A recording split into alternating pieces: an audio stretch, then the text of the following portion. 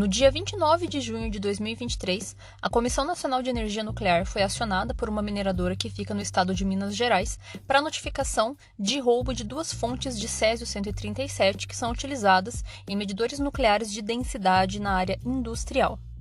A matéria veio a público por meio do portal da Comissão Nacional de Energia Nuclear e pelo Centro de Desenvolvimento da Tecnologia Nuclear, CDTN, no dia 5 de julho. Eu estou gravando esse episódio no dia 6 de julho para poder comentar um pouquinho a respeito desse caso. Ele ainda não teve resolução, a Comissão Nacional de Energia Nuclear continua fazendo averiguação para tentar localizar essas fontes, mas achei interessante trazer qual é o risco real que representam essas fontes de césio que estão aí roubadas e que até agora não sabemos do paradeiro.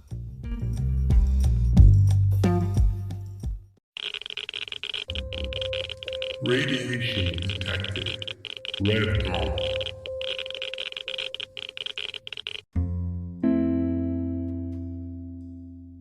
Olá, meus irradiados! Como vocês estão?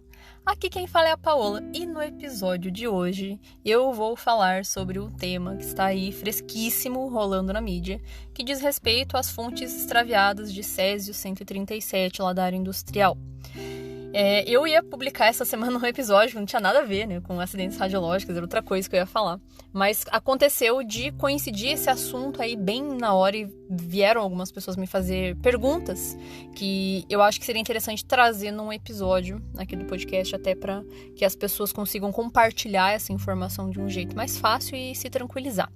E eu acho muito relevante eu estar abordando esse assunto aqui no podcast, uma porque obviamente que tem tudo a ver, né, com a temática, mas principalmente porque cai num podcast que eu falei aqui uma vez, um episódio, que diz respeito a como a radiação é abordada na mídia, em redes sociais. E sempre está atrelado a esse fator de medo, de mais fantasmagórico e de sensacionalismo, por assim dizer. Então, especialmente quando a gente ouve a expressão, né, radiação, césio, a gente remete ao acidente radiológico de Goiânia e coloca tudo no mesmo balaio, né, e a gente já fica desesperado, a gente, né, tem medo. E faz todo sentido, claro, né, dado os riscos e todo o histórico que tem aí. Mas nesse caso é mais tranquilo e é isso que eu quero explicar aqui para vocês no episódio de hoje. Mas antes de eu falar disso, eu quero, como sempre aqui, né, agradecer, fazer as minhas considerações iniciais, né, agradecer a todos vocês que me escutam, tenho recebido mensagens no Instagram com mais frequência, eu acho isso muito legal. Obrigada a todos aí que me notificaram. E eu estou para entrar de férias, né? Agora, época de julho, né? Os professores têm um pouco de paz na Terra, então eu vou tentar aproveitar esse tempo para retomar as gravações dos vídeos de TikTok, que eu sei que uma galera aí, né, tá querendo me ver de novo e eu fico muito feliz com isso. E uma razão pela qual eu quero voltar a gravar o quanto antes. E também algumas pessoas me sugeriram, teve 2 pessoas que me fizeram a sugestão da mesma temática e que eu realmente quero trazer aqui, que é muito legal, diz respeito ao acidente com o Terac 25, que é um equipamento de radioterapia que matou uma galera aí, em virtude de problemas, né, de manipulação do equipamento, erro humano, por assim dizer. Mas enfim, é um episódio aí que eu tá anotado aí pra gravar. Também me sugeriram falar a respeito do Oppenheimer, que é o filme que vai sair aí dia 20 de julho, né? É o cabeça aí por trás da parte do Projeto Manhattan, lá das bombas atômicas. E já era uma temática, eu tava pensando em trazer esses assuntos relacionados à energia nuclear em episódios separados, porque é muito extenso, senão eu vou matar vocês num episódio de 3 horas falando de energia nuclear no Projeto Manhattan. Então eu vou trazer no modo seriado, né? Só que eu tenho que ter tempo de sentar e organizar. Eu tô lendo um ótimo livro que inclusive tem muita relação, que se chama Energia Nuclear, uma tecnologia feminina, que narra muito a história da energia nuclear de um jeito muito interessante, bem detalhado. Um livro fantástico. Quem quiser me indicar livro aí também pode indicar. Não assisti ainda o seriado de Fukushima. Fiz a enquete no Instagram pra galera marcar, né? Vi que teve algumas pessoas que assistiram e gostaram, mas a maioria não assistiu. Então quem não assistiu, vamos todo mundo se juntar pra assistir logo esse negócio e ver qual que é, se é bom ou não é.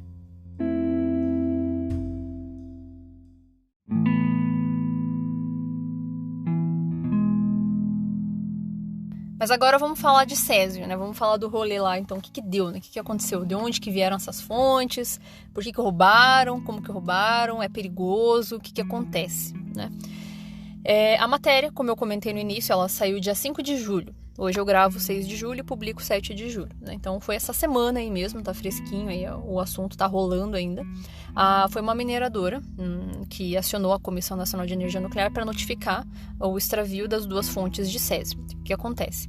Toda empresa, toda indústria, toda instalação que usa fonte radioativa, seja qual for a origem, que tipo, energia, não importa. Toda instalação que usa, eles precisam pedir uma autorização para a Comissão de Energia Nuclear para poder usar essas fontes, explicar por que eles usam essa fonte, tem que ser justificável, já que tem a ver com radiação ionizante, né?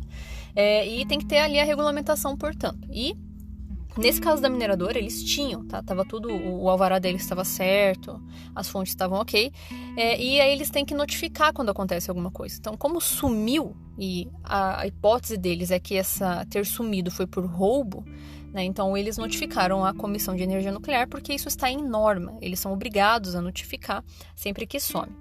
E eram 2 fontezinhas de césio, né? Quais são as características dessas fontezinhas? São bem pequenas, tá? Bem pequenininhas, cabe na mão, não é para pegar na mão, mas cabe na mão, bem pequenas mesmo. E tem uma atividade radioativa e uma energia bem fraquinha, elas são muito fracas. A atividade, escrito no descritivo da Comissão de Energia Nuclear, é 5 milicurie. O que isso significa? Existe uma categorização de fontes e o risco que elas têm, feito pela Agência Internacional de Energia Atômica, tá? E essa categoria, né, ela vai de 0 a 5.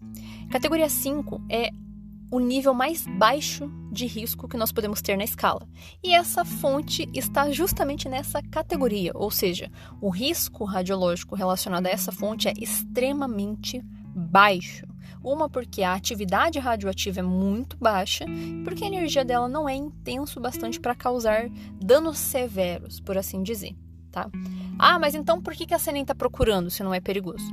Unicamente por uma questão de que não é porque não é perigoso que você vai ficar deixando as fontes por aí irradiando a galera, né? Você não pode ficar tendo exposição de pessoas à radiação ionizante sem uma boa razão. Então, nesse caso, é por isso, né, que a CNEM é notificada por questões legais e a recuperação das fontes faz parte desse processo aí de normativo, por assim dizer.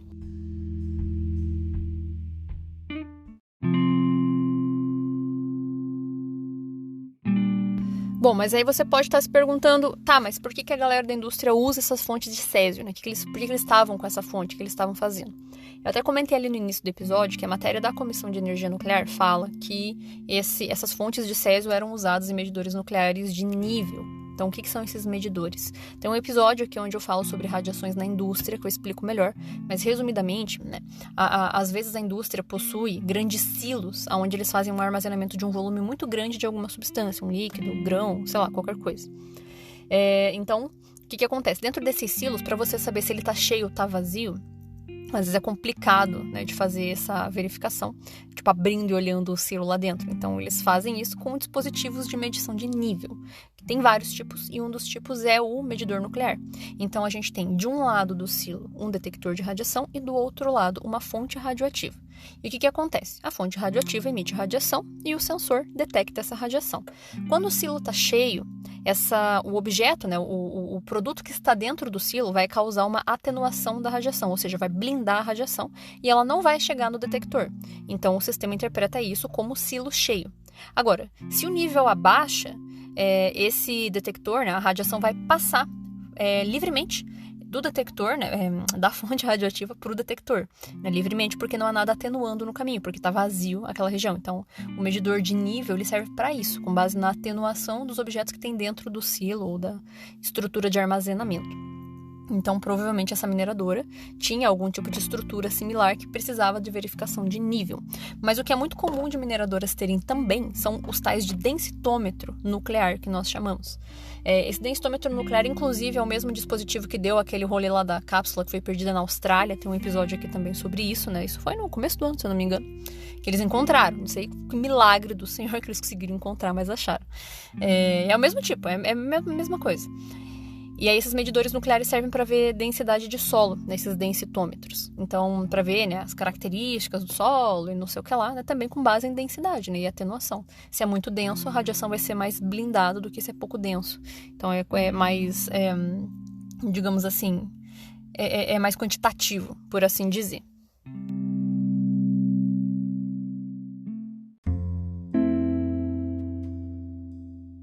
E claro, vem aí agora o grande questionamento das pessoas, né? Quando a gente ouve Césio 137, todo mundo, sem exceção, vai remeter ao acidente radiológico de Goiânia. E é aí que é a parte ruim, né? Por um lado, eu acho que é muito válido a gente ter a lembrança, saber que é um risco, saber que de fato tem perigo, que é uma coisa que ficou marcada na nossa história, é sempre bom relembrar para evitar acontecer novamente. Só que, por outro lado, isso abre margem para sensacionalismo e para discussões e para pânico por uma coisa que às vezes não é bem assim.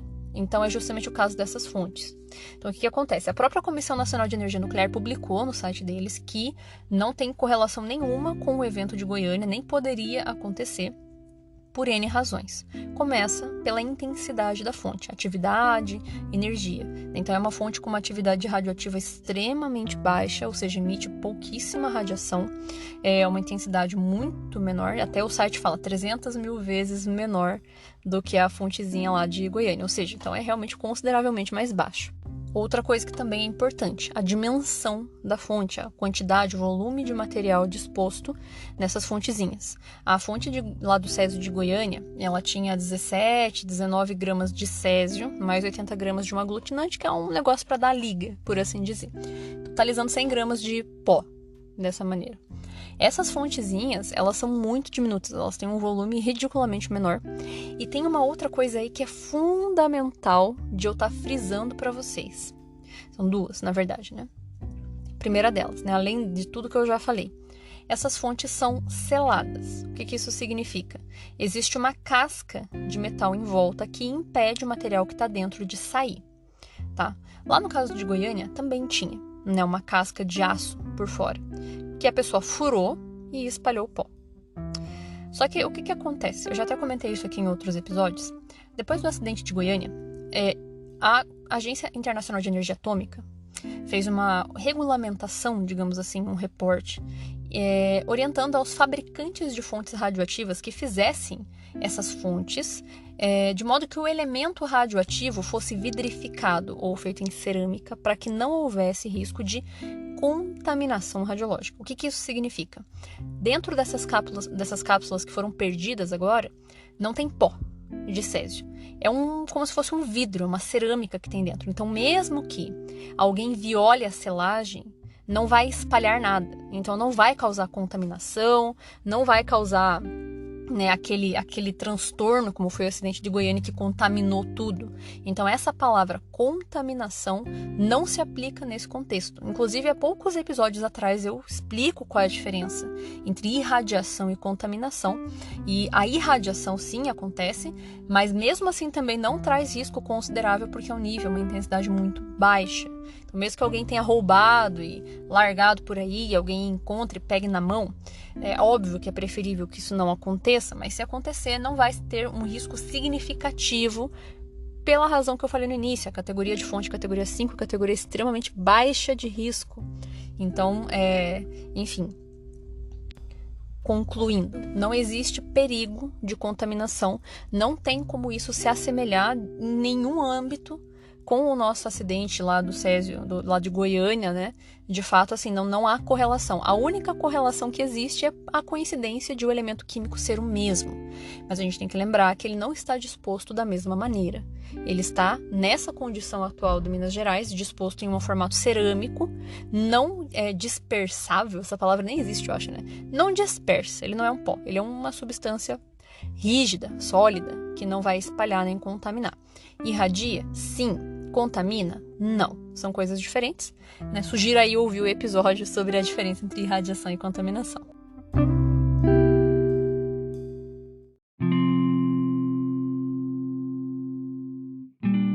E por fim, hoje, dia 6 de julho, que eu estou gravando o episódio até esse momento, lá no site da Comissão de Energia Nuclear, tá dizendo que eles ainda estão em andamento com relação à averiguação do que aconteceu. A Diretoria de Radioproteção e Segurança aqui do Brasil, que se eu não me engano tá atrelada ao Instituto de Radioproteção e Dosimetria, se eu não me engano, estão com uma equipe licenciada que estão lá na mineradora para tentar averiguar e apurar o que houve. Porque assim, a suspeita é que tenha sido um roubo, mas pode ser que alguém tenha perdido, alguém tenha tirado por alguma razão que não se sabe. Mas a maior chance mesmo é que alguém tenha ido lá e roubado. A questão é, por quê? Pra quê? Assim, às vezes roubou sem saber o que era.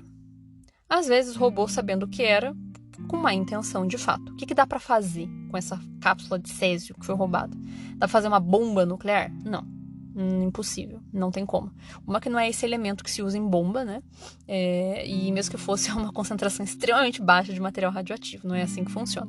Inclusive tem um episódio aqui sobre como funciona uma bomba nuclear que vocês podem ouvir, tá?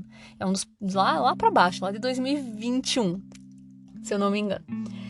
Então, o que acontece, né? Realmente bomba não dá para fazer, esse tipo de bomba nuclear. Bomba suja, que é você colocar um material radioativo dispersável e explodir, né? Uma bomba comum de detonação normal, de explosão, que espalha elemento radioativo, também não dá para fazer. Porque, como eu falei, é um material cerâmico. Às vezes a pessoa não sabia disso, o robô tentou abrir e viu que não dava para dispersar nada do que tinha ali. E o nível é muito baixo também para causar qualquer dano. E a outra opção que sobra é usar em ações mal intencionadas, ou seja, irradiar alguém de propósito por um objetivo maléfico, por maldade, por ação terrorista, enfim. Tem um episódio aqui que fala também a respeito disso, que é o episódio... eu não lembro o número agora, mas ele chama Terrorismo Radiológico. Eu recomendo bastante, porque tem umas histórias muito curiosas acerca de usos indevidos de fonte de radiação, com a intenção de machucar pessoas, direcionado mesmo, ações direcionadas. Então, poderia ser para isso. Ou unicamente por sensacionalismo, para mostrar falha de segurança, tem N possibilidades. Mas o ponto principal é, como eu falei, por sorte, né, o risco relacionado a isso é muito baixo. Então, é sempre importante a gente manter a calma quando pensa nesse assunto, né, e ver se de fato o que está sendo propagado é isso mesmo, procurar sempre olhar nos órgãos regulamentadores, nas fontes oficiais de informação, para evitar desespero por razão que às vezes não precisa. Então é isso. Eu espero que vocês tenham gostado aí do episódio relâmpago, né, episódio breve. E eu vou estar sempre de olho nas atualizações. Eu vou notificando vocês lá pelo Instagram, conforme o decorrer do caso. E assim que for solucionado, eu vou fazer um update aqui nesse mesmo episódio, porque na semana que vem eu quero trabalhar outro assunto por aqui. Se vocês tiverem sugestões, dúvidas, alguma coisa que não ficou claro, se vocês ainda têm dúvidas acerca desse assunto, não ficou esclarecido, por favor, me mandem uma mensagem lá no Instagram, no Radiação para Leigos, manda um e-mail para mim no radiaçãoparalegos@gmail.com, que eu vou ter o maior prazer em responder para vocês. Muito obrigado pela audiência de vocês e até o próximo episódio.